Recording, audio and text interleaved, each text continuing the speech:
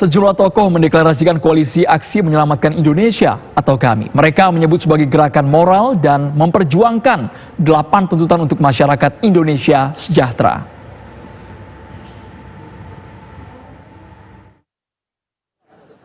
Puluhan tokoh politik dan kemasyarakatan mendeklarasikan koalisi aksi menyelamatkan Indonesia atau KAMI di Tugu Proklamasi Menteng, Jakarta Pusat pagi tadi. Dalam deklarasinya, kami menyampaikan 10 jati diri kami, serta membacakan 8 tuntutan bagi terciptanya masyarakat Indonesia sejahtera. Untuk mengusut secara sungguh-sungguh dan tuntas terhadap pihak yang berupaya melalui jalur konstitusi sebagai bentuk tanggung jawab kebangsaan. Salah satu deklarator kami, Jenderal TNI Purnawirawan Gatot Nurmantio menambahkan, kondisi Indonesia saat ini makin memprihatinkan akibat adanya proxy war dan berkembangnya oligarki kekuasaan. Salah satu bahaya dari proxy war yang saya katakan hal ini diperburuk dengan tumbuh dan kembangnya oligarki kekuasaan di negeri ini. Kekuasaan dimainkan, dikelola oleh kelompok orang. Dan lebih tidak beruntung lagi bagi kita semua, mereka melakukan dengan topeng konstitusi. Apakah benar sekarang hal ini terjadi di negeri kita? Betul. Adalah rakyat Indonesia yang berhak menjawab. Sementara itu, deklarator kami Dini Syamsuddin mengatakan bahwa kami akan bergerak sebagai gerakan moral yang bersifat nasional. Berdasarkan kebenaran yang kita yakini, berdasarkan keadilan yang harus kita tegakkan, menegakkan kejujuran, menegakkan kemaslahatan, itu namanya nilai-nilai moral. Dan kami sebagai gerakan moral bersama-sama kita bergerak dan berjuang untuk itu. Pada deklarasi ini, selain Gatot dan Din Syamsuddin, sejumlah tokoh politik dan kemasyarakatan juga hadir. Di antaranya Said Didu, Mutia Hatta, Titik Soeharto, Refli Harun, Rocky Gerung, Ihsanuddin Nursi, dan sejumlah tokoh pemuda dari berbagai daerah. Dari Jakarta, Tim TV One mengabarkan. Dalam deklarasi koalisi aksi menyelamatkan Indonesia di Tugu Proklamasi Menteng, Jakarta pagi tadi dibacakan 10 jati diri kami. Dan berikut ini 10 jati diri kami yang dibacakan oleh para deklarator kami. Yang pertama, kami adalah gerakan moral rakyat Indonesia dari berbagai elemen dan komponen yang berjuang bagi tegaknya kedaulatan negara, terciptanya kesejahteraan rakyat dan terwujudnya keadilan sosial bagi seluruh rakyat Indonesia. Kedua, kami berjuang dan bergerak untuk melakukan pengawasan sosial, kritik, koreksi dan meluruskan kiblat bangsa dari segala bentuk penyimpangan dan penyelewengan.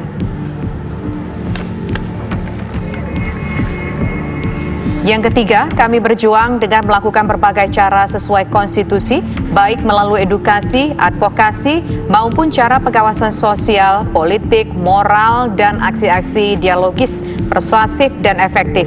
4. Kami sebagai koalisi rakyat dengan latar belakang kemajemukan agama, suku, profesi, dan afiliasi politik menjunjung tinggi kemajemukan, kerukunan, dan kebersamaan. Pandangan dan sikap kami adalah perwujudan dari hal-hal yang dapat disepakati.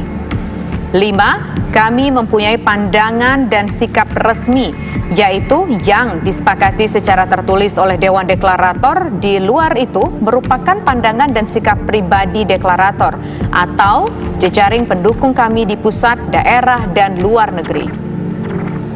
Keenam, kami sebagai gerakan moral rakyat yang bersifat nasional menerima dukungan dan penyaluran aspirasi rakyat di daerah dan warga negara Indonesia di luar negeri, walau tidak ada hubungan struktural, organisatoris, namun kami berkewajiban moral untuk menyuarakan dan memperjuangkan aspirasi itu. 7. Kami, baik secara bersama-sama atau sendiri-sendiri, dan jejaringnya berjuang untuk tujuan adanya perubahan dalam kehidupan berbangsa dan bernegara, sehingga segala bentuk penyimpangan dan penyelewengan dapat dihentikan. 8. Kami bergerak secara berkesinambungan atas dasar keyakinan bahwa kebenaran dan keadilan harus tegak, serta kebatilan dan kemungkaran harus sirna. 9. Kami membagi struktur organisasi kepada: poin A, Dewan Deklarator sebagai penentu kebijakan prinsipil dan strategis dan dipimpin oleh presidium yang bekerja secara kolektif, kolegial. Poin B, komite eksekutif terdiri dari 9 orang yang diangkat oleh presidium, berfungsi sebagai motor penggerak koalisi, melaksanakan rencana-rencana strategis yang diputuskan Dewan Deklarator, dan membentuk serta mengkoordinasikan divisi-divisinya. Poin C, komisi-komisi sebagai organ kerja sesuai sektor pembangunan nasional yang melaksanakan kerja atau aksi di bawah koordinasi presidium. Poin D, divisi-divisi merupakan organ dan instrumen koalisi yang melaksanakan rencana kerja atau aksi sesuai bidangnya masing-masing. 10, kami sebagai gerakan yang terorganisir menerapkan disiplin ketat dan tegas atas kendali presidium yang dapat mengambil keputusan tertentu demi nama baik dan efektivitas gerakan.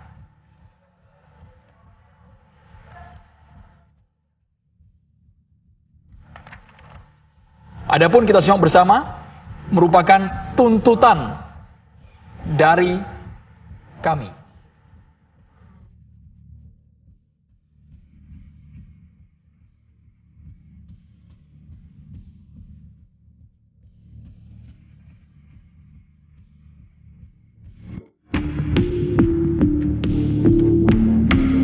Koalisi Aksi Menyelamatkan Indonesia mendeklarasikan diri sebagai gerakan moral yang mengawasi, mengkritik, dan mengkoreksi atas segala penyimpangan dan penyelewengan dalam konteks konstitusi. Ya, akankah gerakan ini mampu memberikan gambaran yang jelas mengenai hal yang harus diselamatkan dari Indonesia sehingga direspon positif oleh masyarakat? Untuk membahasnya, pemirsa, telah bergabung bersama kami pakar ekonomi Rizal Ramli dan juga anggota DPR dari fraksi PDI Perjuangan Effendi Simbolon. Selamat sore, Bapak-bapak. Selamat sore. Ya, pertama saya ingin ke Pak Rizal Ramli. Pak Rizal Ramli, sebetulnya bisakah Anda gambarkan sekarang sebetulnya sudah seperti sekrisis apa sih kondisi Indonesia ini sehingga dibutuhkanlah kami? Sebetulnya suasananya ini sangat memprihatinkan. Kalau dalam politik terjadi perpecahan yang makin lama makin keras, terutama dipicu oleh para buzzer-buzzer ini yang terus membelah bangsa kita. Ada yang menggambarkan kondisi ini seperti menjelang tahun 65, di mana konflik politik makin lama makin tajam. Nah, di dalam bidang ekonomi, kondisinya seperti krisis tahun 1998 plus akan lebih parah dari krisis 98. Nah, yang ketiga adalah yang sangat mengecewakan, dulu kita berjuang agar supaya sistem otoriter diganti dengan sistem demokratis. Tapi belakangan malah makin kelihatan gejala dan indikasi otoriternya. Sementara rakyat juga hidupnya makin susah. Sebelum corona sudah terjadi kemerosotan ekonomi kita, apalagi tambah corona, rakyat yang menganggur, rakyat yang istilahnya sulit sekali mencari pekerjaan, itu luar biasa. Barusan saya didatengin oleh hampir 17 tokoh-tokoh NU dari seluruh Indonesia, dan mereka jelaskan bahkan di desa-desa cari uang 15.000 aja susah, yang biasanya selalu bisa ada kegiatan macam-macam, itu betul-betul nggak ada uang sama sekali. Mereka appeal kepada saya, Pak Ramli, tolonglah kita. Kelihatannya ini pemerintah, ya kan, udah 6 bulan nggak bisa ngapa-ngapain, cuman akan. Nggak ada yang konkret yang betul-betul dirasakan oleh rakyat kita. Itulah saya kira yang mendorong dibentuknya kami ini oleh berbagai tokoh, ada mahasiswa, ada anak muda dari berbagai profesi, dan sangat majemuk. Ada tokoh-tokoh intelektual, ada tokoh-tokoh agama Islam, Kristen, Buddhis, dan sebagainya. Belum pernah terjadi ya ungkapan keprihatinan yang betul-betul sangat majemuk dan betul-betul bisa menangkap apa yang dirasakan oleh rakyat dan bangsa kita. Bang Rizal, dengan hadirnya kami ini apakah hanya menyoroti satu bidang atau semua aspek yang ada di Indonesia saat ini? Saya kira seperti dikatakan oleh kawan-kawan tadi, penyimpangan ini kan terjadi di dalam berbagai aspek kehidupan bernegara. Soal ekonomi tentu, soal sosial, dan hukum, di mana hukum itu nggak adil. Selalu kalau satu kelompok, ya kan, langsung dijadikan tersangka. Padahal hukum itu harus adil. Kalau ada yang melakukan kejahatan, hoak atau apa, nggak usah ditanya agamanya, tidak usah ditanya sukunya, tidak usah ditanya bapaknya, ya tangkap dan adili.